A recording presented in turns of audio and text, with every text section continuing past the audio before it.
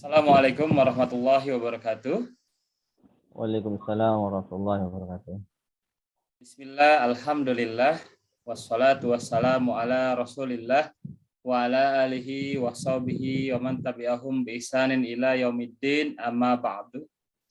Alhamdulillah, puji dan syukur kita panjatkan kepada Allah Subhanahu wa taala karena atas nikmat, karunia, taufik serta hidayahnya.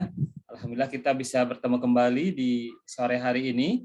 Insya Allah kita akan mengkaji kembali Sirah Nabawiyah bersama Ustadz Fahri Permana Hafizahullah. Salawat serta salam semoga senantiasa tercurah kepada uswah hasanah kita Nabi Muhammad SAW, kepada keluarganya, kepada para sahabatnya, dan insya Allah kepada kita semua selaku umatnya hingga akhir zaman. Bapak Ibu rahimani wa rahimakumullah, insya Allah di sore hari ini kita akan mempelajari kembali mengenai Sirah Nabawiyah dengan tema untuk sore hari ini masuk Islamnya Umar bin Khattab. Insya Allah materi akan disampaikan oleh Ustadz Fahri Permana Hafizahullah. Dan untuk Bapak Ibu, para sahabat Ashabul Hijrah, jika nanti ada pertanyaan silahkan bisa disampaikan melalui kolom chat. Insya Allah nanti akan saya bacakan di akhir kajian. Kepada Ustadz Fahri Permana Hafizahullah Ta'ala, falyatafadhal maskura. Baik. Bismillahirrahmanirrahim. Assalamualaikum warahmatullahi wabarakatuh. Innal hamdalillah nahmaduhu wa nasta'inuhu wa nastaghfiruh wa na'udzu billahi min syururi anfusina wa min sayyiati a'malina. Man yahdihillahu fala mudilla lahu wa man yudlil fala hadiya lahu. Wa asyhadu an la ilaha illallah wahdahu la syarika lahu. Wa asyhadu anna Muhammadan abduhu wa rasuluh. Allahumma salli wa sallim wa barik ala nabiyyina Muhammadin wa ala alihi wa ashabihi wa man tabi'ahum bi ihsanin ila yaumiddin, amma ba'd. Ma'asyiral muslimin, saudara-saudariku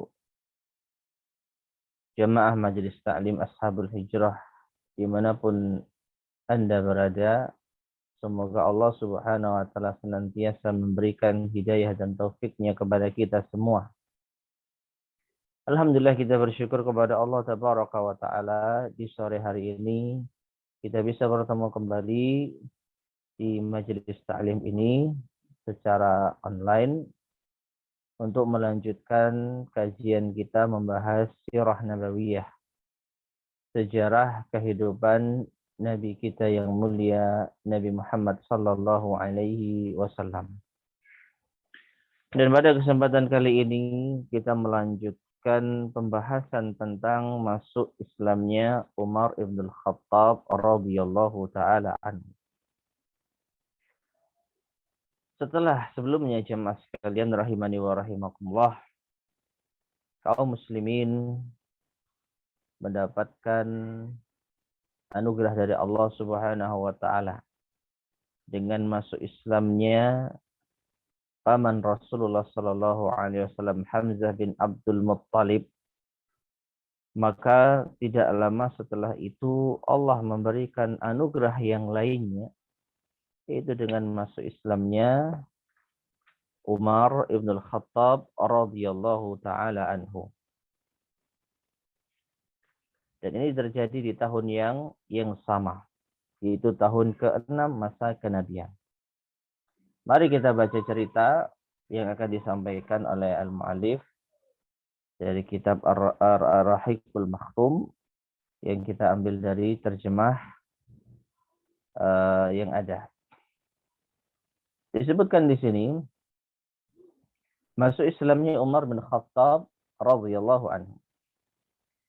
Di tengah suhu yang sama pula, seberkas cahaya yang lebih benderang dari yang pertama kembali menyinari jalan. Itulah keislaman Umar bin Al-Khattab. Dia masuk Islam pada bulan Dzulhijjah tahun ke-6 masa kenabian. yaitu 3 hari setelah keislaman Hamzah. Jadi waktu yang atau selisih waktu masuk Islamnya Hamzah dengan Umar itu menurut sejarah yang dikisahkan di sini hanya 3 hari saja. Nabi Shallallahu Alaihi Wasallam sebelumnya memang telah berdoa kepada Allah agar dia masuk Islam, yaitu Umar bin Khattab.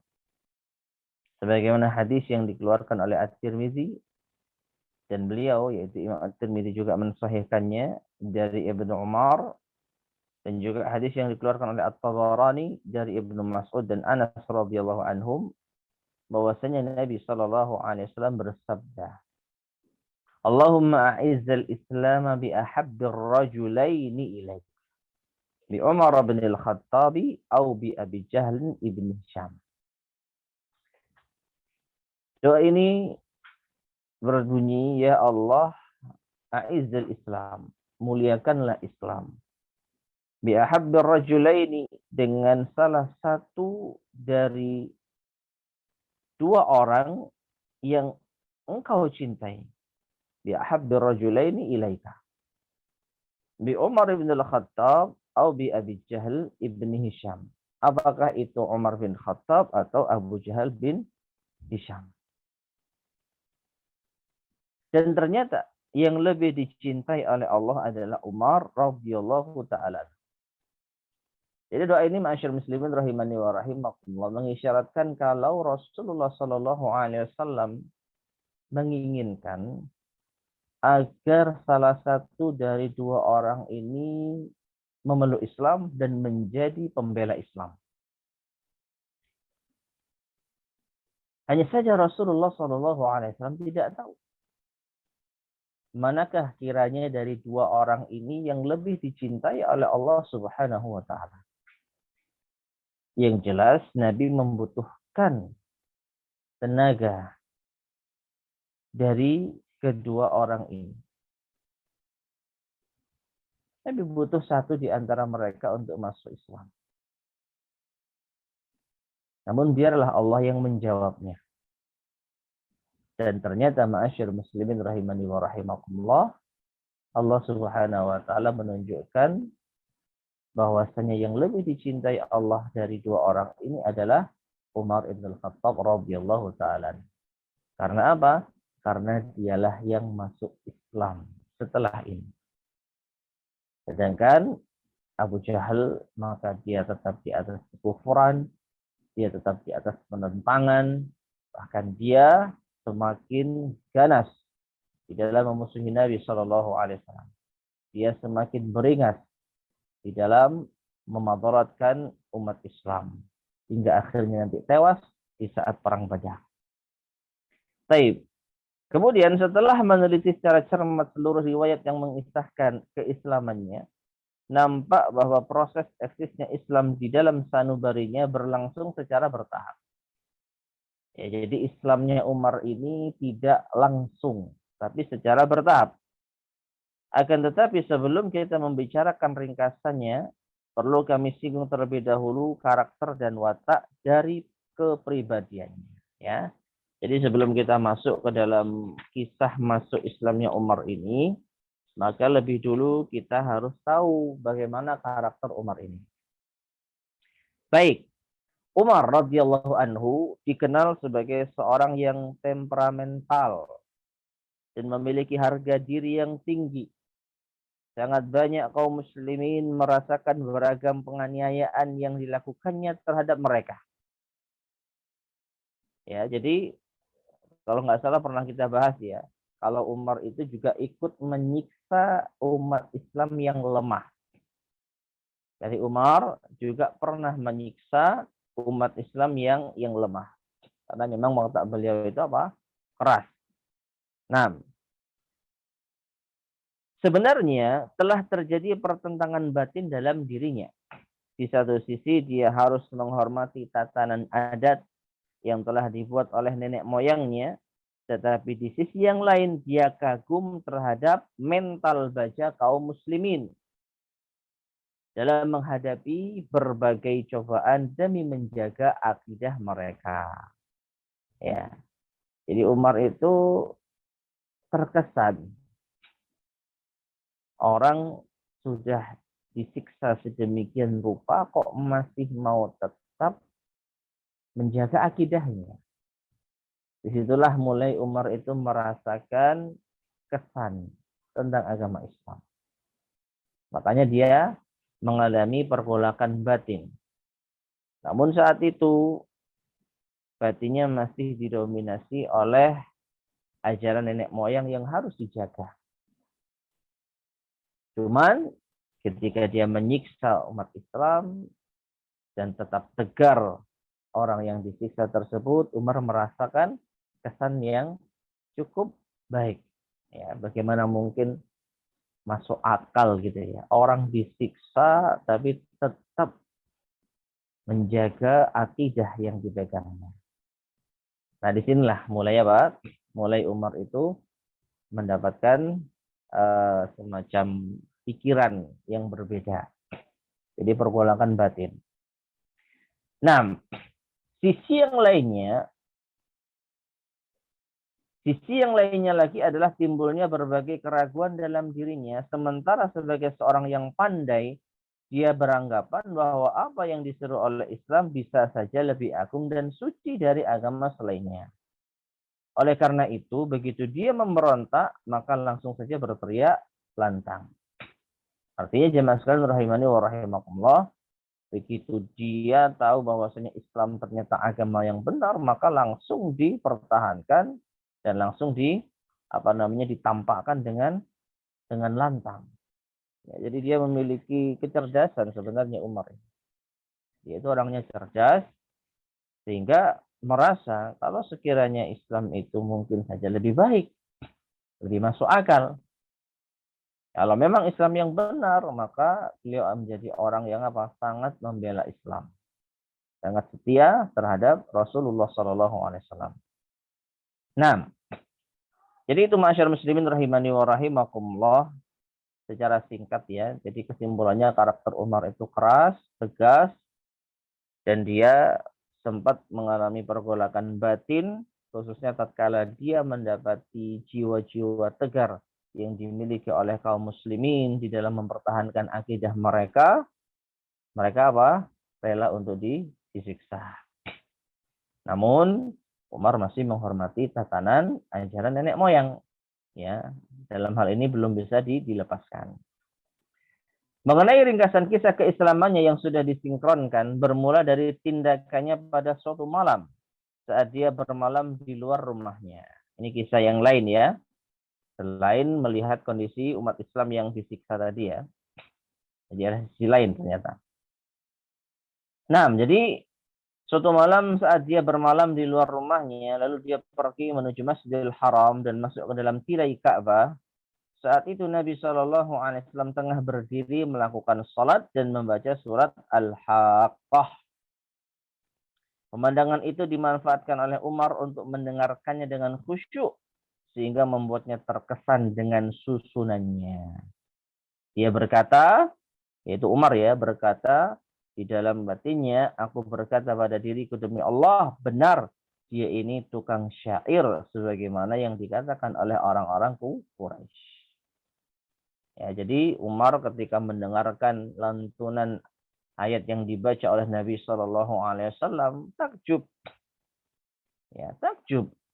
Cuman dia ingat, saya takjub ini jangan-jangan memang benar orang-orang Quraisy mengatakan kalau Muhammad ini adalah penyair. Kata-katanya indah, bisa menghipnotis orang. Maka Umar pun mengatakan, demi Allah, benar ternyata ya. Dia ini adalah tukang syair. Sebagaimana dikatakan oleh orang-orang Quraisy. Lalu beliau, yaitu Nabi SAW, membaca ayat innahu laqaulu rasulin karim wa ma huwa biqauli syair qalilan ma tu'minun. Jadi ini takdir yang sudah diatur oleh Allah Subhanahu wa taala, jamaah sekalian. Ya. Jadi ketika Umar merasa bahwa benarlah kata orang-orang Quraisy kalau Muhammad ini adalah seorang penyair karena kata-katanya begitu menghipnotis, maka Allah dijawab melalui bacaan sholatnya Nabi Shallallahu Alaihi Wasallam. Yang tadi telah disampaikan saat itu Nabi SAW membaca surat Al-Haqqah. Tepat pada ayat yang ke-40 dan 41. Innahu laqaulu rasulin karim. Sesungguhnya ia atau Al-Quran itu benar-benar adalah wahyu Allah yang diturunkan kepada Rasulnya yang mulia. Ya. Wa ma huwa biqauli syair. Al-Quran itu bukanlah perkataan seorang penyair. Qalilan ma tu'minun, sedikit sekali di antara kalian yang beriman kepadanya. Masya Allah, lihatlah ma'asyar muslimin rahimani wa rahimakumullah. Allah jawab secara langsung, yaitu isi hati Umar dengan bacaan ayat Al-Quran yang dibaca oleh Nabi SAW ketika sedang sholat. Dan wallahu a'lam bishawab, bisa jadi Nabi SAW tidak tahu. Tidak tahu kalau bacaannya ini ternyata menjawab apa yang sempat mengganjal di dalam hati Umar. Jadi hadis ini atau kisah ini mengisyaratkan kalau Umar itu sembunyi-sembunyi mendengar, berusaha mendengar apa yang dibaca oleh Nabi SAW ketika sholat. Ternyata yang dibaca surat Al-Haqqah. Dari ayat 1 sampai ayat sebelum 40, disitulah Umar merasakan kalimat-kalimat yang indah. Namun karena dia cerdas, dia langsung ingat. Benar berarti kata orang-orang Quraisy kalau Muhammad ini seorang penyair. Maka langsung saja Nabi SAW meneruskan bacaan Qur'annya. Ternyata di ayat ke-40 dan 41, di situ ada pembelaan Allah Subhanahu wa Ta'ala. Yang menekankan kalau Al-Quran itu adalah ucapan Rasul yang mulia. Ya, wahyu Allah yang diturunkan kepada Rasul yang mulia. Dan Al-Quran bukanlah qaul syair, ucapannya penyair. Dan sedikit sekali antara kalian yang beriman. 6. Mendengar jawaban Nabi SAW yang tidak sengaja tadi, maka Umar pun mengatakan, oh kalau gitu dia seorang penyihir, tukang tenung. Dan ternyata ayat berikutnya, yaitu di ayat yang ke-42 dan 43, Rasulullah SAW membacakan ayat, wala biqauli kahin qalilan ma tadhakkarun tanzilum min rabbil alamin. Dan Al-Quran itu juga bukan perkataan penyihir, bukan tenun. Ya, qalilan ma tadhakkarun, sedikit sekali kalian mengambil pelajaran darinya. Ya, tanzilun min rabbil alamin. Al-Quran adalah wahyu yang diturunkan oleh Rabb semesta alam. Ya, jadi luar biasa jamaah sekalian rahimani wa rahimakumullah ya. Jadi isi hati Umar itu dijawab langsung oleh Allah Subhanahu wa Ta'ala dengan cara yang sangat indah. Kalau bisa kita katakan ini adalah kebetulan yang sangat-sangat indah. Bagaimana tidak? Apa yang ada di benak Umar langsung terjawab dengan bacaan Al-Qur'annya Nabi SAW. Dan sekali lagi, Nabi SAW bisa jadi tidak tahu kalau ayat ini ternyata menjawab isi hati Umar. Ya, Nabi hanya membaca surat Al-Haqqah yang memang sudah turun atau diturunkan wahyu sebelumnya. Ya, dan memang Al-Haqqah isinya seperti ini. Tapi kebetulan yang luar biasa ketika Umar itu batin di dalam hati Al-Quran itu benar kayaknya kata orang-orang Quraisy. Ucapannya penyair Muhammad. Dijawab oleh Allah, bukan penyair. Wah, kalau gitu ucapannya tukang sihir. Dijawab oleh Allah, bukan tukang sihir. Ya, nah inilah. Maka Umar pun mengatakan di dalam dirinya, kalau begitu, maka ketika surat itu dibaca hingga akhir, Umar mengatakan ketika itulah Islam memasuki relung hati. Jadi nampaknya Umar begitu puas dengan jawaban Rasulullah SAW yang dibacakan oleh beliau, ya, ayatnya tentang apa? Tentang apa yang ada di batinnya Umar bin Khattab. Jadi Umar terlihat puas gitu ya. Cuman dia belum masuk Islam. Jadi baru apa? Baru tercerahkan ya. Sekedar tercerahkan kalau Islam ini ternyata perlu untuk ditelusuri lebih lanjut. Nah, Inilah awal benih Islam yang memasuki relung hati Umar bin Khattab. Tetapi kulit luar sentimental jahiliyah dan fanatisme terhadap tradisi serta kebanggaan akan agama nenek moyang justru mengalahkan otak hakikat yang dibisikkan oleh hatinya. Jadi hatinya nerima. Karena apa? Apa yang disampaikan oleh Allah Subhanahu wa taala di dalam surat Al-Haqqah ini sangat memuaskan Umar. Sangat memuaskan hati Umar.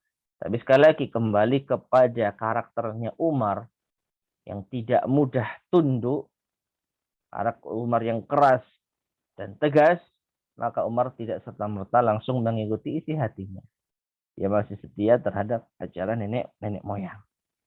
Nah, sehingga dia tetap bersikeras dalam upayanya melawan Islam tanpa menghiraukan perasaan yang bersemayam di balik kulit luar tersebut. Nah, perhatikan di sini, di antara bukti nyata kekerasan wataknya dan rasa permusuhan yang sudah di luar batas terhadap Rasulullah Shallallahu Alaihi Wasallam adalah saat suatu hari dia keluar sambil menghunus pedang hendak membunuh beliau Shallallahu Alaihi Wasallam. Ya, padahal yang lainnya tidak ada yang berani. Abu Jahal saja belum berani untuk menghunuskan pedang ke arah Nabi Shallallahu Alaihi Wasallam. Jadi di tahun ke-6 masa kenabian ini, ya bisa dikatakan Nabi Shallallahu Alaihi Wasallam itu masih terjaga. Apalagi paman beliau Abu Thalib masih hidup. Khadijah radhiyallahu anha dengan hartanya masih memberikan fasilitas kekuatan finansial. Jadi Nabi SAW masih belum tersentuh saat itu. Nanti pasca wafatnya Khadijah dan wafatnya Abu Thalib, barulah orang-orang Quraisy mulai berani untuk melakukan kontak fisik terhadap Nabi Shallallahu Alaihi Wasallam. Tapi lihat Umar di tahun ke-6 masa kenabian sudah berani untuk menghunuskan pedang ke arah Nabi SAW. Maksudnya ingin mendatangi Nabi SAW sambil menghunuskan pedang. Baik. Ketika itu dia bertemu dengan Nu'aim bin Abdullah An-Naham Al-Ajawi. Ada riwayat lain mengatakan seorang dari Bani Zuhrah atau seorang dari Bani Makhzum. Jadi ada perbedaan pendapat di kalangan para ulama. Siapakah orang yang ditemui oleh Umar bin Khattab? Yang jelas orang ini bertanya kepada Umar. Hendak kemana engkau wahai Umar? Maka Umar menjawab ingin membunuh Muhammad. Orang tersebut bertanya lagi, kalau Muhammad engkau bunuh, bagaimana engkau akan merasa aman dari kejaran Bani Hashim dan Bani Zuhrah? Ya, karena Nabi SAW masih dihormati. Apalagi Nabi SAW adalah anak keturunan dari Hashim yang masih menjaga hubungan keluarga. Sampai pun Nabi SAW berbeda keyakinan dengan keluarga besarnya, tapi yang namanya hubungan keluarga itu masih sangat diperhitungkan di zaman dahulu. Jadi loyalitas kepada suku dan keturunan itu masih sangat luar biasa. Nah, ini di antara keuntungan masyarakat jahiliyah di zaman dahulu ya. Jadi mereka meskipun berbeda akidah dengan Nabi SAW, tapi kalau masalah keluarga, masalah yaitu suku, mereka ikut membantu. Jadi kalau Nabi Muhammad SAW itu dibunuh, maka Bani Hashim dan Bani Zuhrah tidak akan tinggal diam. Meskipun sekali lagi mereka didominasi oleh orang-orang musyrik. Karena ini sudah bukan masalah pribadi, ini sudah menyangkut masalah keluarga besar, masalah kesukuan. Nah, maka Umar menjawab, aku rasa engkau sudah menjadi penganut agama baru dan telah keluar dari agama. Dia mengisyaratkan kalau Umar itu merasa, kamu pengecut. Jangan-jangan kamu sudah masuk Islam. Ya, ketika Umar ingin membunuh Nabi SAW, digembosi kan gitu ya. Digembosi. Kalau kamu bunuh Muhammad, apa kamu siap akan menghadapi Bani Hashim dan Bani Zuhrah? Maka Umar merespon dengan apa? Menunjukkan kalau justru kamu ini mungkin sudah masuk Islam. Ya, harusnya disemangati, jangan tambah dikhawatirkan. Nah, seperti itu. Orang itu berkata kepadanya, nah perhatikan jelas sekalian. Maukah aku tunjukkan kepadamu yang lebih mengejutkan lagi, wahai Umar? Ya, sesungguhnya adik perempuan dan iparmu juga telah menjadi penganut agama baru dan meninggalkan agama yang sekarang engkau peluk. Baik. Jadi pertemuan ini menjadi poin utama yang menjelaskan bahwasanya ternyata adik perempuannya Umar itu sudah masuk Islam bersama dengan suaminya. Ya, jadi adik perempuannya Umar dan adik iparnya, suami istri sudah masuk Islam. Jadi intinya jangan rapat-rapat bunuh Muhammad lah, dan jangan rapat-rapat nuduh saya masuk Islam. Keluargamu sendiri loh ada yang masuk Islam. Selesaikan dulu lah urusanmu dengan keluargamu sebelum kamu membunuh Muhammad, sebelum kamu mencela saya. Nah, kurang lebih seperti itu kandungan maknanya. Nah, mendengar hal itu Umar dengan segera berangkat mencari keduanya. Jadi Umar nggak terima ya kalau adiknya itu masuk Islam. Ya, sebelum menyelesaikan urusan dengan Nabi Muhammad SAW sambil menghunuskan pedangnya, maka dia terlebih dahulu membereskan urusan keluarganya. Baik. Dan saat dia menjumpai mereka, saat Umar datang ke rumah mereka, di sana dia dapati Khabbab bin Al-Arab. Seorang sahabat yang juga sudah masuk Islam. Sahabat Khabbab bin Al-Arab yang membawa sahifah lembaran Al-Quran bertuliskan surat Thaha. Jadi Khabbab bin Al-Arad membawa tulisan yang berisi surat Thaha dan membacakannya untuk keduanya. Untuk siapa? Untuk adik perempuannya Umar dan suaminya. Karena apa? Membacakan untuk keduanya ini memang secara rutin. Jadi istilahnya Khabbab bin Al-Arad ini ngajar ngaji gitu mungkin ya. Ngajar ngaji adiknya Umar dan adik iparnya. Rutin. Ngajar ngaji sekaligus mengajarkan ilmu-ilmu keislaman. Nah ini. Maka tatkala Khabbab mendengar langkah Umar, dia menyelinap ke bagian belakang rumah, sedangkan adik perempuan Umar menutupi sahifah tersebut. Jadi ternyata ketahuan jamaah sekalian. Umar datang, Khabbab sembunyi. Yang sebelumnya mereka sedang belajar Quran surat Thaha. Khabbab yang membacakan kepada adiknya Umar, adik perempuannya Umar dan suaminya. Nah, ketika Umar datang, Khabbab pun sembunyi. Kemudian sahifah tadi, lembaran Al-Quran tadi, disembunyikan pula oleh adik perempuannya Umar. Nah, ditutupi ya dengan pakaiannya. Maka ketika mendekati rumah, Umar telah mendengar Khabbab membacakan ayat untuk mereka berduanya. Jadi sebenarnya sudah ketahuan, ya, gitu ya. Jadi Umar terlebih dahulu mendengarkan suara bacaan Quran oleh Khabbab bin Al-Arad. Nah, Khabbab merasa kalau dia nggak ketahuan. Makanya begitu masuk rumah, Umar bertanya, apa gerangan suara bisik-bisik yang aku dengar dari kalian? Jadi ada di suara apa itu? Kok kalian tadi bisik-bisik? Maka keduanya menjawab, siapa ini keduanya? Adik perempuannya Umar dan suaminya. Tidak ada apa-apa. Kami hanya sekedar berbincang-bincang saja. Maka Umar berkata, nampaknya kalian berdua sudah menjadi penganut agama baru. Ya, jadi Umar nampaknya sudah tahu kalau yang dibaca itu Al-Quran. Maka Umar nggak percaya kalau hanya bisik-bisik saja. Tapi yang dibaca itu Al-Quran. Kalian sudah masuk agama Islam. Maka adik iparnya berkata, wahai Umar, bagaimana pendapatmu jika kebenaran itu berada pada selain agamamu? Jadi langsung to the point. Jadi adik iparnya tidak menutup-nutupi, tapi mencoba untuk membuka diskusi. Karena kalau pun ditutup-tutupi ya pasti suatu ketika akan ketahuan. Ya, suatu ketika akan ketahuan. Makanya adik iparnya tidak berusaha menutup-nutupi, tapi coba untuk membuka diskusi. Baru saja, ya perhatikan ya, ucapan adik iparnya ini tidak mengatakan Islam itu benar. Islam itu lebih benar karenanya kami pilih masuk Islam. Tidak, nanti seandainya kalau agama Islam itu yang benar, kira-kira menurutmu gimana? Ya kurang lebih maknanya seperti itu. Nah, coba kita berpikir gitu ya.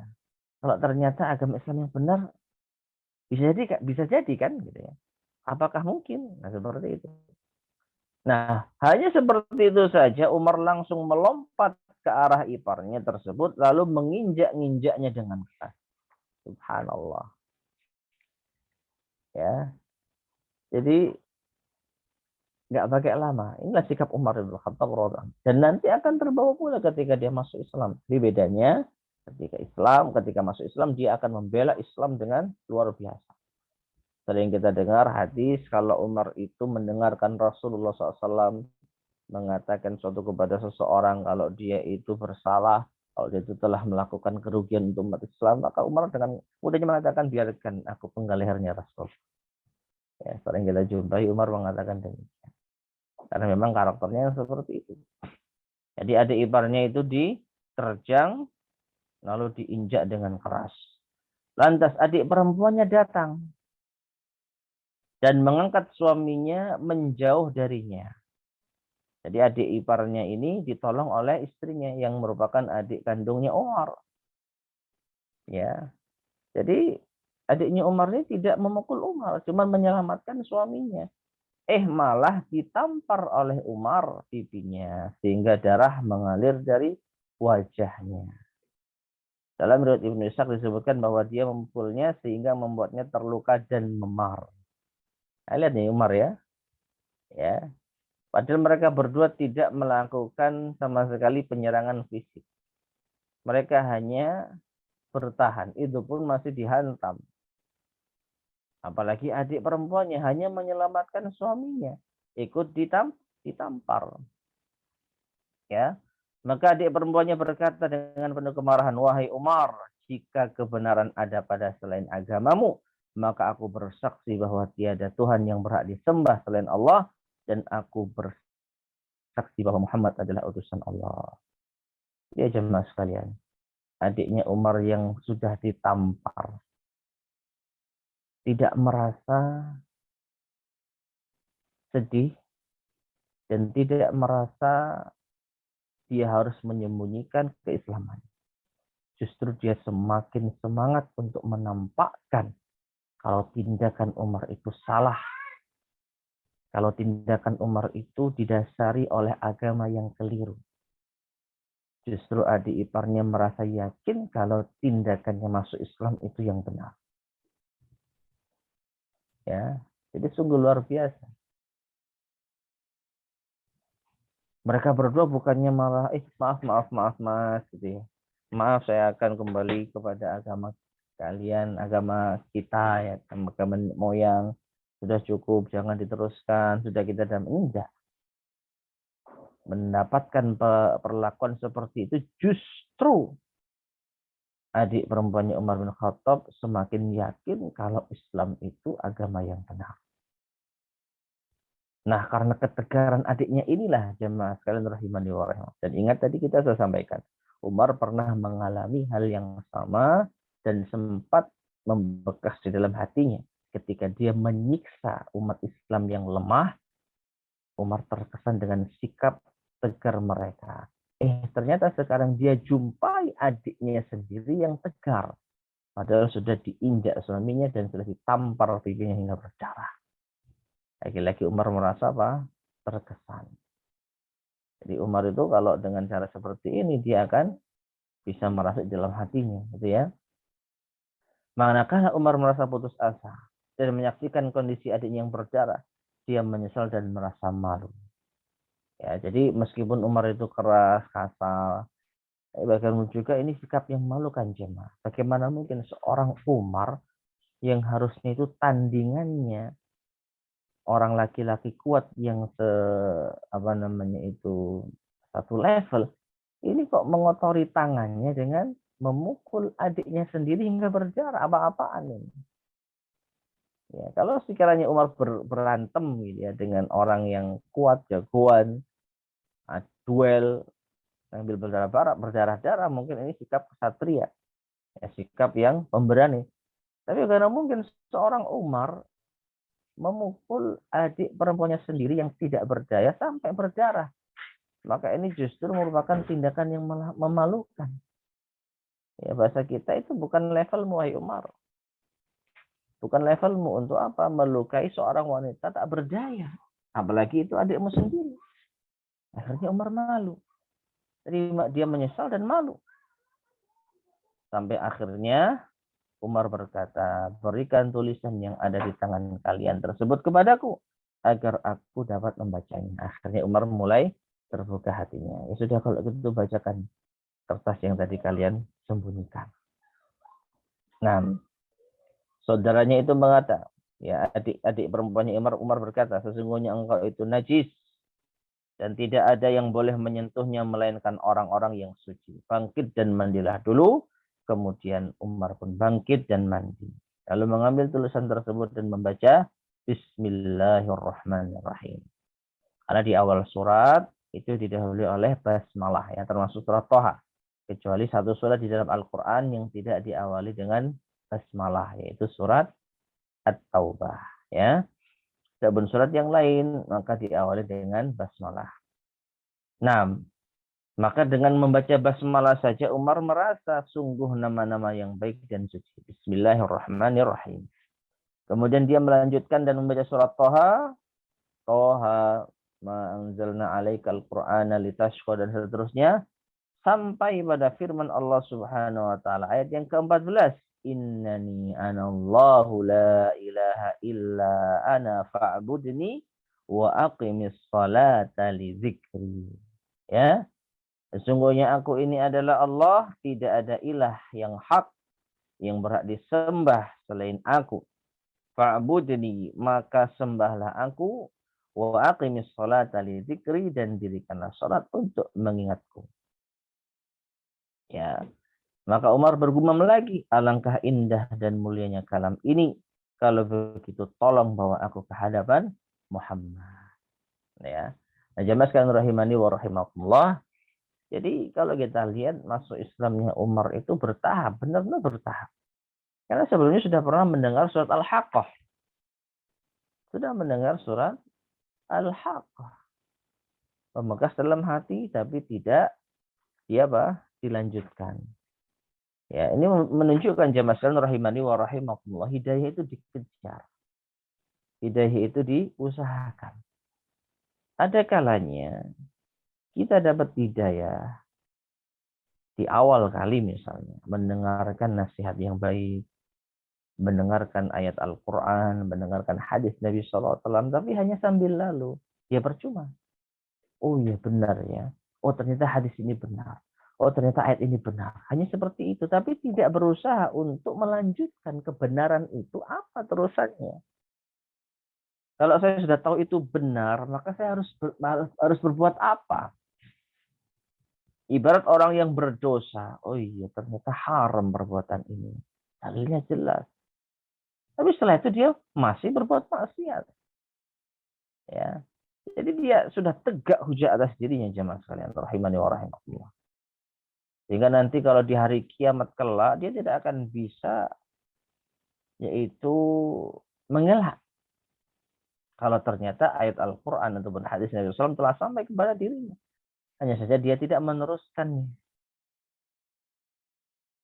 Nah, di sini Umar sebelumnya sudah mendengar surat Al-Haqqah dan dia terkesan. Sampai-sampai disebutkan tadi masuk ke dalam relung sanubarinya. Tapi itu hanya sebentar. Karena dia masih didominasi oleh pembelaan terhadap ajaran agama nenek moyang. Nah, baru yang kedua ini. setelah mendengarkan firman Allah Subhanahu wa taala surat Thaha sampai pada ayat yang ke-14, innani anallah la ilaha illa ana fa'budni wa aqimis salata li dzikri. Disitulah Umar benar-benar mendapatkan hidayah. Sampai akhirnya dia mengatakan, tunjukkan kepadaku di mana Muhammad. Ya, kali ini bukan untuk membunuhnya. Kalau kemarin dia mau datang ke rumahnya Muhammad, Nabi kita SAW, untuk apa? Untuk menghunuskan pedang di hadapannya. Tapi takdir Allah Subhanahu wa taala berkata lain. Dipertemukanlah Umar dengan seseorang tadi yang mengabarkan kalau adiknya dan adik iparnya sudah masuk Islam. Berbeloklah Umar, tidak jadi menjumpai Nabi SAW. Akhirnya menjumpai adiknya dan disitulah dia mendapatkan Islam. Nah, baru setelah itu dia ingin mendatangi Nabi SAW dengan niat yang 100 atau 180 derajat berbeda. Nah, kalau kemarin niatnya ingin membunuh Nabi SAW, nah sekarang dia niatnya ingin masuk Islam. Nah, maka saat Khabbab mendengar Umar berkata tadi, ingat ya, tadi Khabbab masih sembunyi. Ya, Khabbab takut dia sama Umar. Khabbab bin Al-Arad, yang guru ngajinya adik perempuan dan adik iparnya Umar. Ya. Jadi kita katakan guru ngaji karena yang membawa lembaran itu Khabbab bin Al-Arad. Jadi Khabbab menyimak perbincangan mereka, termasuk ketika Umar memukul, menginjak adik iparnya dan menampar adik perempuannya. Khabbab tahu tapi Khabbab diam. Nah, begitu Umar mengatakan bahwa tolong bawa aku ke hadapan Muhammad, langsung saja Khabbab berkata. Khabbab keluar dari tempat bersembunyinya dan mengatakan, wahai Umar, bergembiralah. Karena sesungguhnya aku berharap engkaulah yang dimaksud dalam doa Rasulullah SAW pada malam Kamis. Doa yang dibaca di awal tadi kajian kita. Allahumma a'izzal Islam bi ahabdir rajulaini ilaik. Bi Umar ibn al-Khattab wa bi Abi Jahal ibn Syams. Subhanallah, merinding jemaah saya. Benar-benar merinding ya. Jadi betapa Khabbab bin Al-Arad ini sungguh luar biasa. Dia tahu informasi tentang doa yang dibaca Nabi SAW. Dia tahu kalau Nabi berdoa kepada Allah, ya Allah muliakanlah Islam dengan salah satu orang yang lebih engkau cintai. Apakah itu Umar atau Abu Jahal? Ya. Jadi Khabbab bin Al-Arad tahu doa ini. Makanya begitu Umar ingin menjumpai Nabi SAW, ingin diantar untuk menghadap Nabi SAW, Khabbab langsung teringat. Ya Allah, jangan-jangan benar ternyata doa Nabi dikabulkan. Langsung dia keluar. Wahai Umar, sungguh aku berharap engkaulah yang dimaksud di dalam doanya Nabi SAW.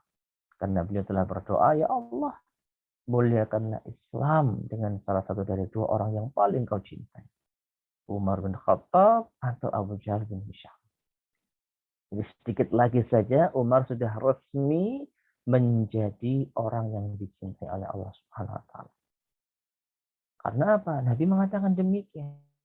Kalau sekiranya, perhatikan, kalau sekiranya Umar dan Abu Jahal tidak ada yang masuk Islam, maka ini menunjukkan kalau Allah tidak mencintai mereka berdua. Ini hanya harapan Nabi SAW saja. Nabi berharap keduanya ini ada yang dicintai oleh Allah. Nabi nggak tahu hal yang gaib.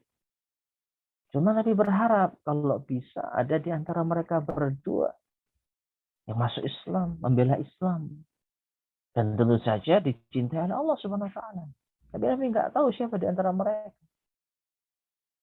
Ya. Dan ternyata Allah Subhanahu wa taala akan mengabulkan doa Nabi sehingga diantarlah Umar ke hadapan Nabi Shallallahu alaihi wasallam. Nah, maka setelah Khabbab bin Al-Arad ini menyampaikan apa yang ia saksikan dan dengar dari doanya Nabi SAW, diantarlah Umar ke hadapan Nabi Shallallahu alaihi wasallam. Nah, sementara saat itu Rasulullah SAW berada di rumah yang terletak di kaki bukit Sofa. Umar mengambil pedangnya seraya menghunusnya lalu berangkat hingga tiba di rumah tempat beliau Shallallahu alaihi wasallam berada tersebut. Dia mengetuk pintu. Lalu seorang penjaga pintu mengintip dari celah-celah pintu tersebut dan melihatnya menghunus pedang. Penjaga tersebut kemudian melaporkan hal itu kepada Rasulullah Sallallahu Alaihi Wasallam. Para sahabat yang bersiaga penuh mengantisipasinya. Gelagat mereka tersebut mengundang tanda tanya Hamzah, ada apa gerangan kalian? Jadi ternyata di situ ada Hamzah yang baru 3 hari yang lalu masuk Islam. Itu pun setelah apa? Menyaksikan kebiadaban orang-orang musyrik terhadap Rasul Sallallahu Alaihi Wasallam. Ya, Abu Jahal ya, Abu Jahal. Afwan, ternyata Abu Jahal sudah berhasil itu namanya memukul Nabi Sallallahu Alaihi Wasallam hingga berdarah ya. Abu Jahal sudah berhasil memukul Nabi SAW hingga berdarah. Setelah itu Hamzah bangkit membela Nabi SAW karena semangat kekeluargaan. Ya, membela anggota keluarga. Namun siapa sangka ternyata setelah itu menjadi sebab Hamzah masuk Islam. Nah, sehingga Hamzah di sana sudah dalam keadaan muslim. Melihat para sahabat penjaga ini kok seakan-akan heboh gitu ya, kok khawatir. Maka Hamzah bertanya, kenapa kalian gupuh gitu ya? Tahu gupuh ya? Ya, gupuh itu dalam bahasa Jawa artinya bingung. Kenapa kalian kok lihat bingung gitu ya? Ya, maka mereka berkata, Umar, ada Umar. Hamzah mengatakan, lalu ada apa dengan Umar? Ya, Hamzah ini pemberani jamaah. Hamzah ini kurang lebih sama dengan Umar. Ya, seorang pemuda yang gagah, seorang pemuda yang berani. Ya, maka kalau Umar kenapa? Bukakan pintu untuknya. Buka saja pintunya. Jika dia datang dengan niat yang baik, kita akan membantunya. Tapi jika datang dengan niat yang jahat, kita akan membunuhnya dengan pedangnya sendiri. Hamzah nggak takut. Ya, kalau Hamzah sama Umar, insya Allah imbang lah. Kalau seandainya terjadi yaitu pertengkaran. Ya. Tapi Hamzah tetap memiliki akal sehat. Ya biarkan saja Umar datang. Kan kita nggak tahu dia mau apa. Kalau dia ingin kebaikan, ya kita sambut. Tapi kalau dia ingin keburukan, ya kita juga memiliki kemampuan untuk membunuhnya. Bahkan akan kita bunuh dengan pedangnya sendiri. Nah ini. Nah saat itu Rasulullah SAW masih di dalam rumah dan sedang menerima wahyu. Maka beliau pun keluar menyongsongnya dan menjumpainya di bilik. Ya, beliau mencengkram kerah baju dan gagang pedang. Jadi Umar itu sudah diizinkan masuk. Dibukakan pintu, diizinkan masuk. Nabi masih di dalam. Belum menemui. Masih menerima wahyu. Nah, ketika Nabi keluar, langsung Umar itu didatangi dan dicengkram kerah baju dan gagang pedangnya. Lalu menariknya dengan keras seraya bersabda, tidakkah engkau berhenti dari tindakanmu, hai Umar, hingga Allah menghinakanmu dan menimpakan bencana kepadamu sebagaimana yang terjadi terhadap Al-Walid bin Al-Mughirah. Ya Allah, inilah Umar bin Al-Khattab. Ya Allah, muliakanlah Islam dengan Umar bin Al-Khattab. Jadi nampaknya Rasulullah itu sudah mendapat semacam firasat ya, kalau Umar ini jawaban atas doanya. Tapi tetap Nabi terlebih dahulu memberikan nasihat yang tegas kepada Umar. Memberitahukan, cukupkan tindakanmu yang sangat semena-mena itu, wahai Umar. Kalau enggak Allah akan hinakan diri. Tetap ditegur. Nabi SAW berani. Ya, nah setelah itu barulah Rasulullah SAW berharap banyak kalau Umar ini jawaban atas doanya. Ya Allah, muliakanlah Umar. Muliakanlah Islam dengan Umar bin Al-Khattab. Maka Umar berkata, asyhadu an la ilaha illallah wa asyhadu annaka rasulullah. Aku bersaksi bahwa tidak ada Tuhan yang berhak disembah selain Allah dan engkau adalah utusan Allah. Dengan demikian dia telah masuk Islam. Umar resmi masuk Islam dan disambut dengan petikan takbir, yaitu Allahu Akbar, oleh penghuni rumah, sehingga terdengar oleh orang-orang yang berada di Masjidil Haram. Ya, kita tahu ya, Bukit Sofa itu sekarang satu lokasi dengan Masjidil Haram. Dulu beda. Dulu Sofa itu di luar Masjidil Haram. Ya, sekarang satu kompleks, satu lokasi. Nah, kalau kita tahu sekarang posisinya Sofa dan Masjidil Haram itu satu kompleks, satu lokasi, maka sangat wajar kalau teriakan di Bukit Sofa itu terdengar sampai di Ka'bah. Ada apa? Jaraknya yang cukup dekat. Ya. Jadi takbirnya para sahabat itu menggema sehingga orang-orang yang ada di sekitar Ka'bah mendengar. Baik. Kemudian ma'asyar muslimin rahimani wa rahimakumullah. Jadi itu kisah masuk Islamnya Umar bin Khattab radhiyallahu taala. Selanjutnya kita bacakan. Umar radhiyallahu anhu merupakan sosok yang memiliki harga diri yang tinggi dan keinginan yang tidak dapat dicegah. Oleh karena itulah keislamannya menimbulkan goncangan luar biasa di kalangan kaum musyrikin dan membuat mereka semakin merasa terhina dan dipermalukan. Sementara bagi kaum muslimin hal itu menambah izzah, kemuliaan dan kegembiraan. Bagaimana tidak? Orang-orang yang digadang-gadang bisa menjadi yaitu kekuatan yang luar biasa yang menakutkan oleh orang-orang musyrik sekarang masuk Islam. Ini menunjukkan satu orang di zaman dahulu, ma'asyil muslimin rahimani wa rahimakumullah, yang memiliki pengaruh itu bisa menjadi yaitu semacam teguran ya kepada musuh-musuhnya. Kalau dia masuk Islam, maka ini berdampak terhadap psikologis dan mental orang-orang musyrik. Nah, seperti itu. Ibnu Ishaq meriwayatkan dengan sanadnya dari Umar, dia berkata, tatkala aku sudah masuk Islam, aku mengingat-ingat siapa penduduk Mekah yang paling kejam terhadap Nabi SAW. Aku berkata, pasti Abu Jahal lah orangnya. Lalu aku datangi dia dan aku ketuk pintu rumahnya. Dia pun keluar menyambutku seraya berkata, selamat datang, ada apa dengannya? Ya, Abu Jahal nggak tahu kalau Umar sudah masuk Islam. Ya, ini yang tadi saya sampaikan. Lihat bagaimana sikap Umar ketika dia sudah masuk Islam. Ya, secara karakter masih sama. Tapi sekarang beda.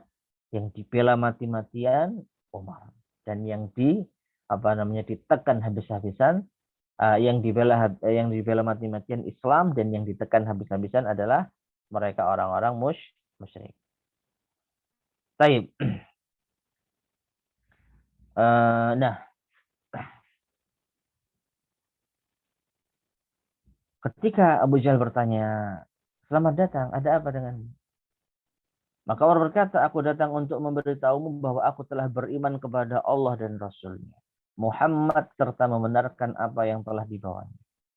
Lalu dia membanting pintu di hadapan wajahku seraya berkata, semoga Allah menjelekkanmu dan apa yang engkau bawa. Ya, jadi Abu Jahal marah, tapi nggak berani nonjok Umar gitu ya. Umar kalau dilawan ya pasti akan diladeni. Ini menunjukkan apa beraninya Umar ya. Langsung membuat perhitungan kepada Abu Jahal. Karena Abu Jahal ini orang yang paling kasar kepada Nabi SAW. Orang yang paling luar biasa permusuhannya kepada Nabi SAW. Berani Umar mendatangi, membuat perhitungan. Ya. Dan Abu Jahal hanya membanting pintu saja. Beraninya hanya membanting pintu dan mendoakan keburukan. Dalam versi Ibnul Jauzi disebutkan bahwa Umar radhiyallahu anhu berkata, dulu jika seseorang masuk Islam, maka orang-orang mendatanginya lantas memukulinya dan dia juga balas memukuli mereka. Namun tatkala aku telah masuk Islam, aku mendatangi pamanku Al-As bin Hashim dan memberitahukan kepadanya hal itu. Dia malah masuk rumah. Lalu aku pergi ke salah seorang pembesar Quraisy sepertinya Abu Jahal dan memberitahukan padanya perihal keislamanku, tetapi dia juga malah masuk rumah. Ya. Nah, jadi beda ya. Kalau dulu ada orang yang masuk Islam, maka orang-orang mendatanginya lantas memukulinya. Dan dia juga balas memukuli mereka. Artinya apa jemaah sekalian? Kalau dulu yang masuk Islam selain Umar, ketika menampakkan Islamannya malah dipukuli. Ya. Jadi Umar tahu kalau ada di antara orang-orang Quraisy yang masuk Islam, lalu diketahui oleh tokoh-tokoh tadi, ya Abu Jahal, ya pamannya, maka langsung dipukuli. Tapi ketika Umar yang masuk Islam, tidak ada yang berani mukuli jamaah. Tidak ada yang berani mukuli. Justru mereka tutup pintu rumah mereka. Nggak berani. Nah, subhanallah, inilah Umar bin Khattab. Nah, Ibnu Hisham juga menyebutkan demikian pula Ibnu Jauzi secara ringkas bahwa ketika dia yaitu Umar masuk Islam, dia mendatangi Jamil bin Ma'mar al-Jumahi yang merupakan orang Quraisy yang paling cepat menyebarkan berita dan memberitahukan kepadanya tentang keislamannya. Jadi subhanallah ya, Umar nggak punya takut. Yang lain kalau masuk Islam sembunyi-sembunyi, karena kalau ketahuan akan dipukuli dan disiksa, Umar justru cari orang yang pandai menyebar berita. Nah, ini yang menjadikan geleng-geleng ya. Betapa Umar nggak punya rasa takut. Kalau sahabat-sahabatnya yang lain takut ketahuan Islamnya. Buktinya apa? Adik perempuannya Umar nggak tahu kalau ternyata kakaknya itu tidak tahu kalau masuk Islam. Adiknya Umar masuk Islam, kakaknya sampai nggak tahu. Karena apa? Rahasia. Karena kalau sampai ketahuan bakal di masalah. Tapi Umar nggak takut dia. Dia justru cari orang yang paling cepat mengabarkan berita. Nah, sampaikan kepada orang-orang kalau Ibnul Khattab telah menjadi penganut agama baru. Nah, Umar pun menimpali, afwan. Jadi Umar mengatakan kepada orang ini, sampaikan kepada yang lain kalau Umar telah masuk Islam. Tapi ternyata orang ini bicaranya beda. Apa itu? Ibnul Khattab telah menjadi penganut agama baru. Nah, maka Umar mengatakan, bohong dia, aku masuk Islam. Jadi Umar nggak ridho kalau dikatakan mengikuti agama baru. Ya, Umar nggak ridho. Sebut saja aku masuk Islam. Nah, seperti itu. Mereka pun menyergapnya. Sehingga akhirnya terjadilah pertarungan antara Umar seorang diri melawan mereka. Yaitu orang-orang yang apa? Yang ada di sekelilingnya yang mendengar teriakan kalau Umar masuk Islam. Nah, pertarungan itu baru selesai saat matahari sudah berada tepat di atas kepala mereka. Tetapi Umar sudah nampak kepayahan. Dia hanya bisa duduk sementara mereka berdiri dekat kepalanya. Dia berkata kepada mereka, lakukanlah apa yang kalian suka. Sungguh aku bersumpah atas nama Allah bahwa andai kami berjumlah 300 orang, niscaya kami biarkan mereka untuk kalian atau kalian biarkan mereka untuk kami. Ya, intinya Umar malah nantang. Ada Umar sendirian. Umar sendirian nggak takut. Silakan kalian lakukan. Ya, seperti itu. Setelah kejadian itu kaum musyrikin berangkat dalam jumlah besar menuju rumahnya dengan tujuan akan membunuhnya. Imam Al-Bukhari meriwayatkan dari Abdullah bin Umar, dia berkata saat Umar berkata di rumahnya dalam kondisi cemas, datanglah Al-As bin Wa'il As-Sahmi yang dikenal dengan sebutan Abu Amr dengan memakai mantel dan baju terbuat dari sutra. Dia berasal dari suku Bani Saham yang merupakan sekutu kami di masa jahiliyah. Al-As berkata kepadanya, ada apa denganmu? Kaummu sesumbar akan membunuhku karena aku masuk Islam, jawab Umar. Al-As berkata, tidak akan aku biarkan mereka melakukan hal itu terhadap. Abdullah bin Umar berkata, setelah dia berkata demikian, aku pun merasa lega. Al-As kemudian keluar dan mendapatkan banyak orang sudah memadati lembah tersebut. Lantas dia berkata kepada mereka, hendak kemana kalian? Jadi Al-As ini menjumpai kaumnya yang sudah kumpul dengan jumlah yang banyak. Maka kaumnya Al-As mengatakan, kami hendak menemui si Ibnul Khattab yang sudah menjadi penganut agama baru. Maka Al-As mengatakan, kalian tidak akan aku biarkan mengganggunya. Orang-orang itu pun akhirnya membubarkan diri. Ya, intinya ini menunjukkan Umar hampir saja dikeroyok, tapi dibela oleh kawannya. Dalam riwayat Ibnu Ishaq disebutkan, demi Allah seolah-olah mereka itu bagian pakaian yang dilepaskan dari tubuhnya. Allah alam bisawab, mungkin maksudnya adalah ketika mereka itu dikatakan, ya jangan kalian ganggu Umar. Maka mereka perlahan-lahan yaitu mengosongkan lembah yang tadi penuh dengan manusia.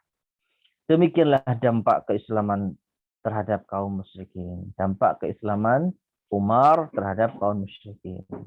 Sedangkan terhadap kaum muslimin adalah sebagaimana yang diriwayatkan oleh Imam Mujahid dari Ibnu Abbas. Dia berkata, aku bertanya kepada Umar, kenapa kamu dijuluki Al-Faruq? Ya, jadi Umar itu memiliki julukan Al-Faruq. Umar ibn Khattab Al-Faruq. Maka dia berkata, Umar berkata, Hamzah masuk Islam 3 hari lebih dahulu dariku. Selanjutnya dia menceritakan kisah keislamannya. Dan di akhirnya dia berkata, lalu aku berkata saat aku sudah masuk Islam, wahai Rasulullah, bukankah kita berada di atas kebenaran, mati ataupun hidup? Maka Nabi SAW menjawab, tentu saja demi zat yang jiwaku berada di tangannya. sesungguhnya kalian berada di atas kebenaran, mati ataupun hidup. Ini dialognya Umar kepada siapa? Rasulullah Shallallahu Alaihi Wasallam. Jadi baru masuk Islam, Umar itu sudah dikatakan berani mati. Ya, nggak takut mati. Nggak takut mati Bang Umar. Ya, mati atau hidup kan tetap benar gitu ya. Bahasa kita ya, meskipun mati, tapi kalau di atas kebenaran ya surga. Ya, tapi kalau hidup menang di atas kebenaran ya jaya, kan gitu. Lalu Umar berkata, lantas untuk apa kita harus bersembunyi? Kenapa kita takut? Lawan gitu ya, kata Umar. Demi zat yang telah mengutusmu wahai Muhammad, yaitu wahai Rasulullah SAW, dengan kebenaran. Sungguh kita harus menampakkan diri. Jadi yang pada awalnya umat Islam itu tidak berani menampakkan diri secara berjamaah. Sampai mereka kalau kumpul itu harus di Baitul Arqam, di Darul Arqam, di rumahnya Al Arqam, ya, ngajinya di sana itu secara sembunyi-sembunyi. Maka begitu Umar masuk Islam, Umar langsung mewacanakan, ayo kita show off gitu ya. Bahasa kerennya show off, ayo kita tampakkan keislaman kita. Kita harus menampakkan diri. Lalu kami membawa beliau keluar. Itu para sahabat, ya, membawa Rasulullah SAW keluar. Kami terbagi dalam 2 barisan. Salah satunya dipimpin oleh Hamzah dan yang lainnya dipimpin olehku, yaitu Umar. Ya, deru debu yang diakibatkannya ibarat ceceran tepung, maksudnya langkah kaki kaum muslimin yang jalan itu berbarengan, itu debunya seperti ceceran tepung. Akhirnya kami memasuki Masjidil Haram. Kemudian kaum musyrikin Quraisy menoleh ke arahku dan Hamzah. Jadi kelompok kanan misalnya gitu ya, itu Hamzah yang di depan, kelompok kiri Umar yang di depan, Rasulullah SAW di tengah gitu ya. Pimpinannya di tengah. Jadi mereka membuat 2 baris. 6. Maka orang-orang musyrik melihat ke arah Umar dan Hamzah. Mereka tampak diliputi oleh kesedihan yang tidak pernah mereka rasakan sebelumnya. Nah ini, sebelumnya nggak ada Umar, nggak ada Hamzah, ya umat Islam nggak berani keluar show off. Nah begitu sekarang Umar dan Hamzah masuk Islam, nah, mereka ngepir itu dalam itu bahasa Jawa ya, ngepir itu mengurungkan niatnya untuk menyerang intinya gitu ya. Jadi begitu, Umar, yang sana, Hamzah, langsung mereka gentar gitu ya. Nah ini, saat itulah Rasulullah SAW menamaiku Al-Faruq. Al-Faruq sendiri artinya apa? Pembeda. Al-Faruq itu secara artinya apa? Pembeda. Ya, bayangkan, ya setelah Umar masuk Islam, keadaan menjadi berbeda. Sebelum Umar masuk Islam, keadaan masih seperti dulu. Umat Islam ditindas. Umat Islam tidak berani menampakkan keislamannya. Tapi setelah masuk Islamnya Umar, keadaan berbeda. Maka Umar dinamakan dengan Al-Faruq, sang pembeda. Ibnu Mas'ud sering berkata, sebelumnya kami tak berani melakukan sholat di sisi Ka'bah hingga Umar masuk Islam. Lihat jemaah sekalian. Umat Islam, orang yang masuk Islam, nggak berani sholat di Ka'bah. Kalau Nabi SAW berani. Kita tidak membicarakan Nabi SAW. Karena beliau sekali lagi seorang pemberani dan beliau tidak peduli. Meskipun beliau dilukai. Dan juga beliau masih memiliki paman yang akan membela. Dan juga istri yang akan senantiasa mendukung. Ya, jadi Nabi masih terjaga. Tapi umat Islam yang lemah, sholat di Masjidil Haram, sholat ya pasti akan dihabisi. Makanya Ibnu Mas'ud mengatakan kami nggak berani sholat terang-terangan di Ka'bah. Hingga akhirnya Umar masuk Islam. Setelah Umar masuk Islam, kita berani sholat di Ka'bah. Jadi Suhaib bin Sinan Ar-Rumi radhiyallahu anhu dia berkata, ketika Umar masuk Islam, barulah Islam menampakkan diri dan dakwah kepadanya dilakukan secara terang-terangan. Jadi dakwahnya sudah mulai terang-terangan. Ya ibaratnya Nabi SAW ceramah, di belakangnya ada Umar dan Hamzah. Siapa yang nggak takut gitu ya? Siapa yang berani untuk mengganggu ceramahnya Nabi SAW? Luar biasa. Nih. Kami juga berani duduk-duduk secara melingkar di sekitar Baitullah, melakukan tawaf, mengimbangi perlakuan orang yang kasar kepada kami, serta membalas sebagian yang diperbuatnya. Dari Abdullah bin Mas'ud radhiyallahu anhu, dia berkata, kami senantiasa merasakan izzah sejak Umar masuk Islam. Ya. Jadi Umar benar-benar menjadi pembeda. Makanya dinamakan Al-Faruq. Ya, yang dengan itu Allah Subhanahu wa taala memuliakan Islam dan kaum muslimin. Sungguh ma'asyar muslimin rahimani wa rahimakumullah, kisah yang sangat inspiratif yang kita bisa memetik banyak pelajaran di dalamnya. Wallahu taala alam bisawab. Mungkin kita cukupkan sekian ya jemaah sekalian, sudah jam 5 lebih 20 menit. Nah, sebelum kita akhiri, ya barangkali mungkin ada yang tanyakan. Silakan Pak Iman. Ustaz. Barakallahu fikum, jazakallah khairan untuk materi yang disampaikan Ustaz. Masya Allah, luar biasa Ustaz ya. Bagaimana kisahnya, bagaimana prosesnya sahabat Umar bin Khattab radhiyallahu anhu itu mau memasuki agama Islam ya Ustaz ya. Ya, nah. Banyak sekali hikmah insya Allah yang bisa kita dapatkan dan juga bisa faedah yang bisa kita ambil dari bagaimana prosesnya Umar bin Khattab radhiyallahu anhu ini masuk Islam insya Allah.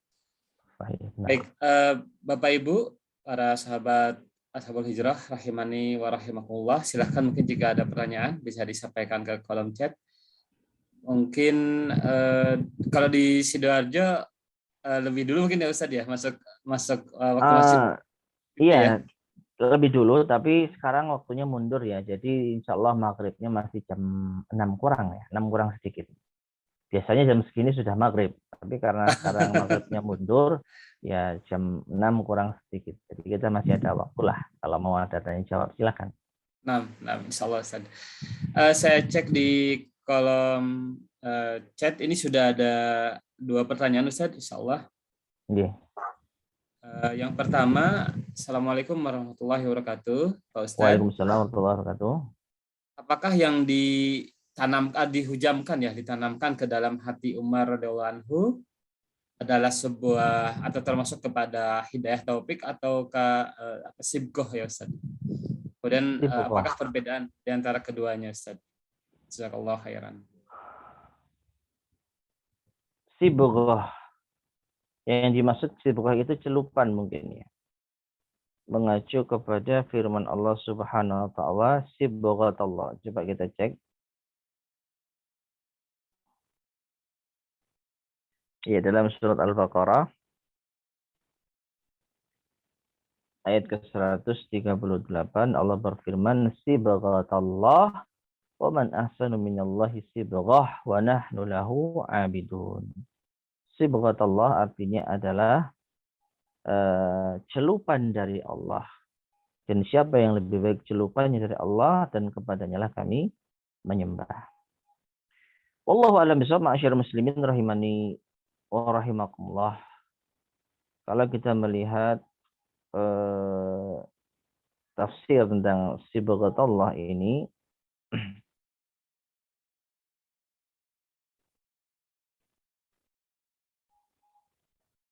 tidak secara spesifik ya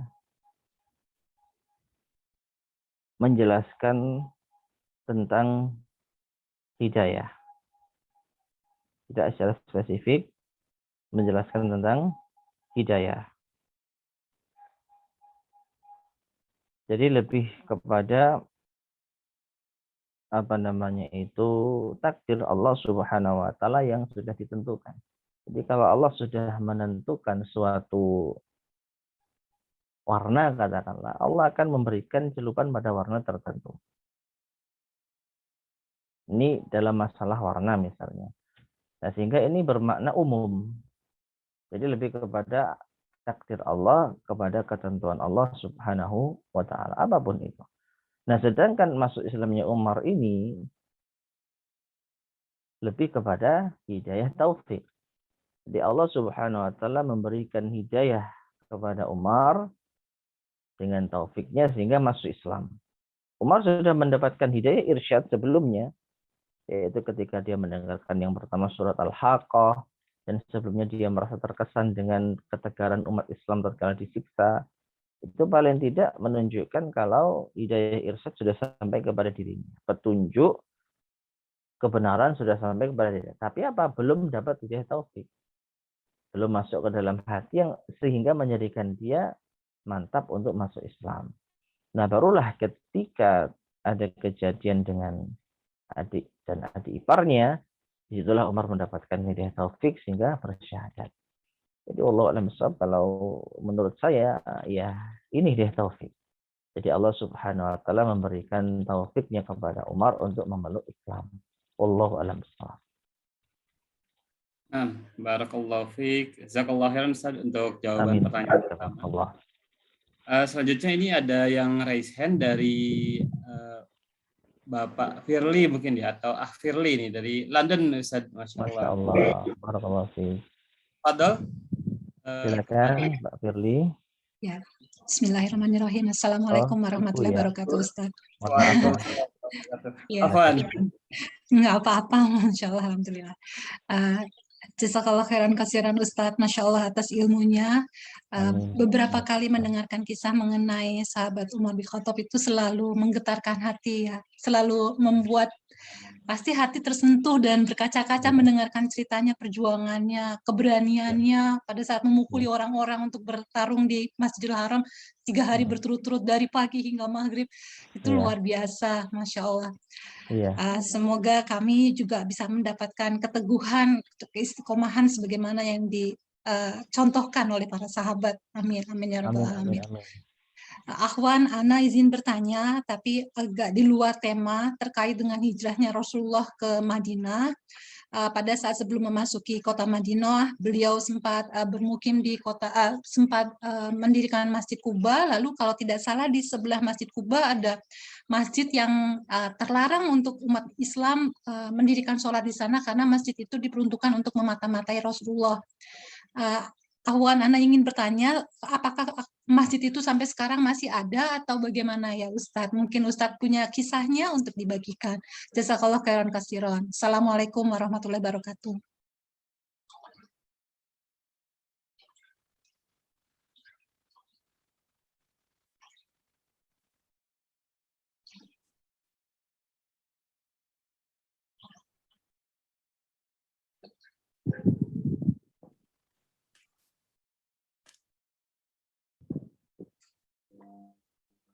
Ya, jazakallahu khairan untuk Ibu Firly.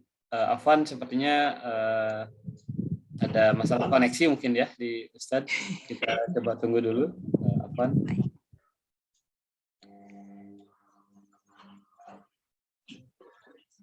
Insya Allah Ustadz sedang berusaha untuk join kembali ya. Assalamualaikum. Waalaikumsalam. Afwan, sebelumnya tiba-tiba mati. Ya, moga dilanjutkan. Maaf Bu Firly.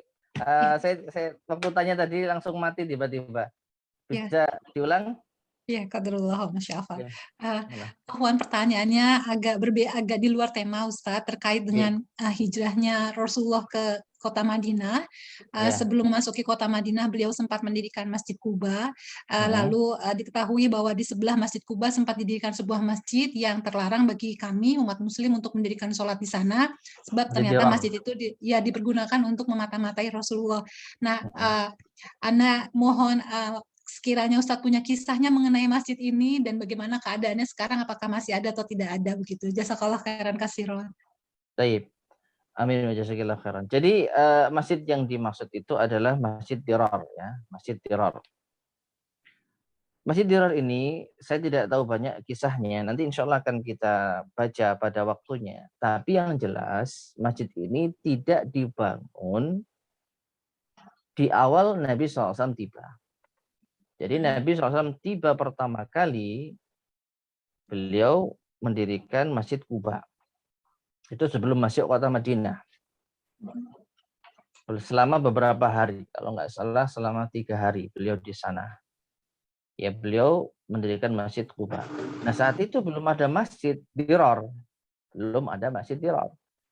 Setelah Nabi SAW membangun Masjid Kuba, di hari Jumat beliau melanjutkan perjalanan sampai di satu tempat masuk waktu zuhur.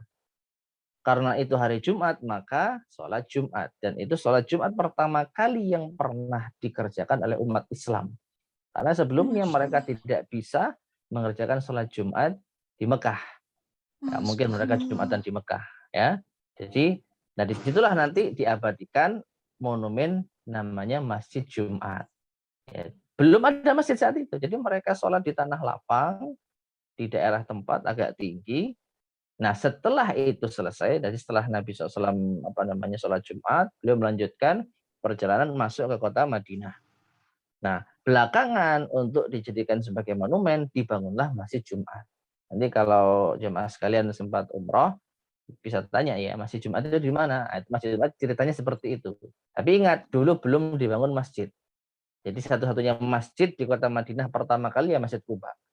Ya, Nabi sholat Jumat tidak pakai masjid. Nah, sekarang sudah dibangun masjid. Nah, setelah itu Nabi melanjutkan perjalanan sampailah beliau di Masjid Nabawi yang juga belum jadi masjid. Ya, beliau hanya menunggu perintah Allah di manakah kendaraan ini berhenti, disitulah beliau akan tinggal. Dan ternyata Allah takdirkan beliau berhenti di tempat tertentu hingga tinggal di sana, dan di sana baru beliau membangun Masjid Nabawi. 2 tahun ibu-ibu sekalian atau jamaah sekalian rahimani wa rahimakumullah, tidak ada orang munafik. Karena Masjid Dirar ini yang bangun siapa? Orang munafik. 2 tahun Nabi SAW ya hanya memiliki 2 masjid, Kuba dan Masjid Nabawi. Nah, setelah perang Badar pecah, orang-orang yang kafir, orang-orang musyrik yang mereka itu tidak rela kehilangan hartanya, akhirnya mereka masuk Islam dan pura-pura. Tujuannya apa? Supaya mereka tetap terjaga keselamatannya. Kalau mereka tetap di atas kemusyrikan, lama-kelamaan mereka akan disingkirkan. Lama-kelamaan mereka akan disingkirkan, dan lama-kelamaan mereka tidak akan mendapatkan dunia. Tapi kalau mereka masuk Islam, paling tidak kalau ada perang, dapat ghanimah, mereka dapat bagian. Jadi mereka itu masuk Islam demi apa? Demi kelangsungan kehidupan mereka. Nah, suatu ketika, saya tidak tahu di tahun keberapa, yang jelas tahun kedua, lebih dari tahun kedua, orang-orang munafik ini bangun Masjid Dirar.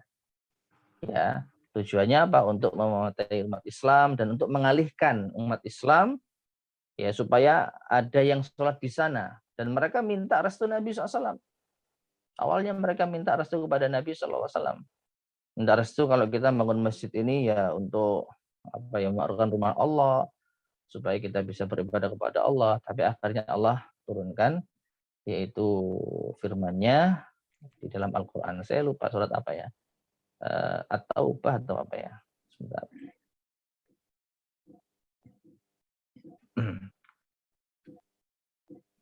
Di dalam surat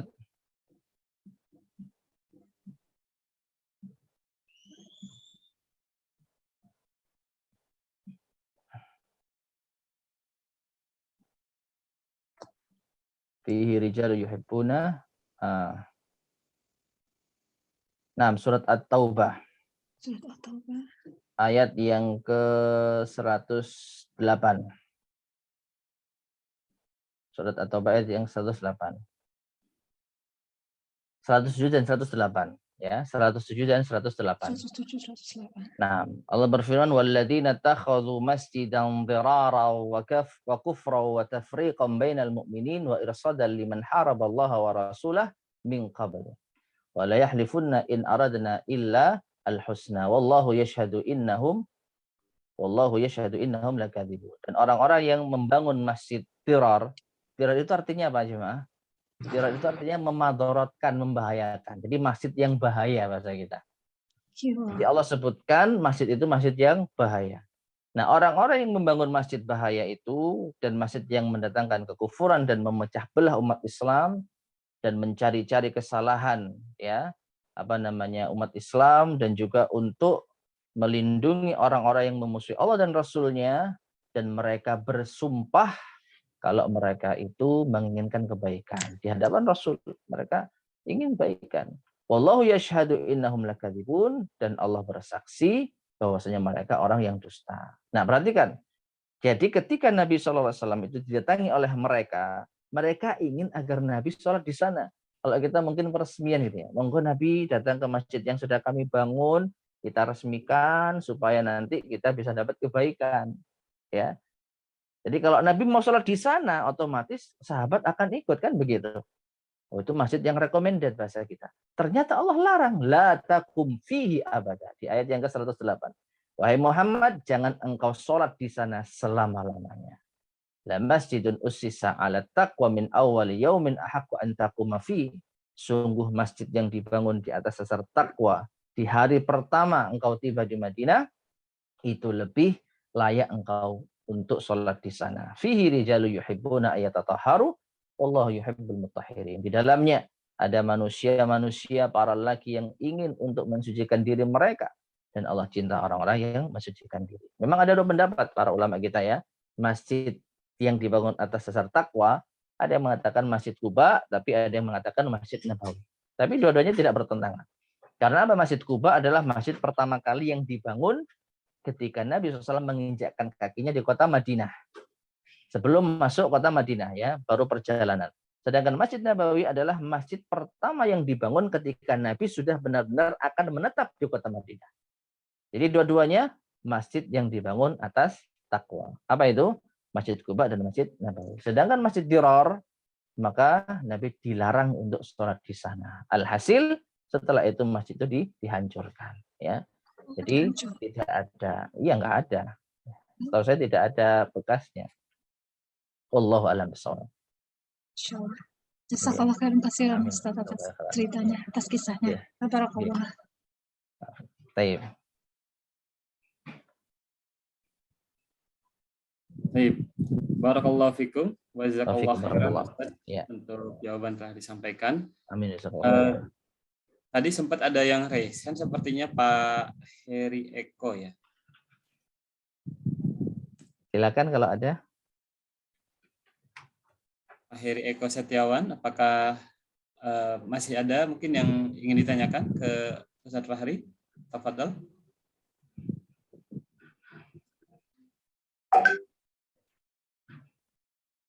Ya, mungkin sudah tidak jadi mungkin Ustaz. Iya. Afan nih kalau kelamaan tadi. Halo bahasa Ustaz. Baik Ustaz, ini sepertinya sudah mendekati waktu maghrib untuk di daerah timur ya Ustaz ya. Tafadhol ada penutup dan kesimpulan serta nasihat untuk kami sebelum diakhiri Ustaz. Tafadhol. Baik, ma'asyiral muslimin, saudara-saudariku sekalian, jamaah Majelis Taklim Ashabul Hijrah dimanapun Anda berada. Sore ini kita mendengarkan kisah yang luar biasa yang sungguh inspiratif dari masuknya Islam Umar ibn Khattab radhiyallahu ta'ala anhu, yang bisa kita ambil pelajaran paling berharga di sini. Sekeras-kerasnya hati seseorang, kalau Allah sudah kasih hidayah, maka dia lebih lunak dibandingkan dengan benda yang lunak yang ada di dunia ini. Ini menunjukkan kepada kita, hidayah itu penting jamaah. Hidayah itu penting. Kecerdasan kita, kehebatan kita, kalau tidak diiringi oleh hidayah, kita akan menjadi orang yang hina. Lihatlah Nabi SAW ketika menegur Umar di saat Umar mau masuk Islam, apa kata Nabi SAW? Hentikan perbuatanmu. Kalau tidak Allah akan menghinakan. Artinya apa? Kekuatan yang engkau miliki yang dipakai untuk menyengsarakan umat Islam itu bukan mendatangkan kebaikan, justru akan mendatangkan kehinaan. Ini yang membedakan antara hidayah dengan tidak mendapatkan hidayah. Orang yang tidak dapat hidayah, kekuatannya, kekayaannya, kehebatannya menjadi hina bagi dirinya. Sedangkan orang yang dapat hidayah, apapun yang dimilikinya akan bermanfaat. Kalaupun dia miskin, tidak memiliki kekuatan, paling tidak Allah memberikan dia hidayah, dia bisa bersyukur dan bersabar. Paling tidak dia bisa berdoa kepada Allah, ya Allah, berikanlah kepada rezeki yang barokah, yang manfaat. Tapi kalau dia punya kekuatan, dapat hidayah, dia bisa membela Islam seperti Umar. Ya, oleh karena itu jelaskan rahimani wa rahmatullah, minta hidayah kepada Allah Subhanahu wa taala. Meskipun kita sudah masuk Islam, kita diajari minimal 17 kali di dalam sehari semalam kita berdoa kepada Allah, ihdinas siratal mustaqim. Dengan inilah Umar ibn Khattab menjadi seorang pembeda yang bisa menjadi yaitu kekuatan tambahan yang sangat besar bagi umat Islam. Mudah-mudahan Allah Subhanahu wa taala memberikan kita hidayah dan taufiknya dan mematikan kita di atas Islam. Wallahu a'lam bishawab. Barakallahu fikum, jazakallahu khairan Ustaz untuk penyampaian materi dan nasihat yang telah disampaikan kepada kami. Insyaallah sangat bermanfaat dan semoga menjadi pemberat amal timbangan di akhirat nanti untuk Ustaz insyaallah. Kami juga mengucapkan terima kasih kepada Bapak Ibu para sahabat Ashabul Hijrah yang sudah mengikuti kajian di sore hari ini. Barakallahu fikum wa jazakallahu khairan. Insyaallah kita akan bertemu kembali di kajian Sirah Nabawiyah ini insyaallah di bulan depan. Semoga Allah memberikan kemudahan kepada kita untuk belajar menuntut ilmu syar'i insyaallah. Kami mohon maaf juga jika ada kesalahan baik sengaja maupun tidak sengaja selama berlangsungnya kajian. Semoga Allah memberikan pengampunan kepada kita semua. Mari kita tutup kajian sore hari ini dengan membaca doa kafaratul majlis. Subhanaka Allahumma wa bihamdika asyhadu an la ilaha illa anta astaghfiruka wa atubu ilaik. Assalamualaikum warahmatullahi wabarakatuh. Waalaikumsalam warahmatullahi wabarakatuh.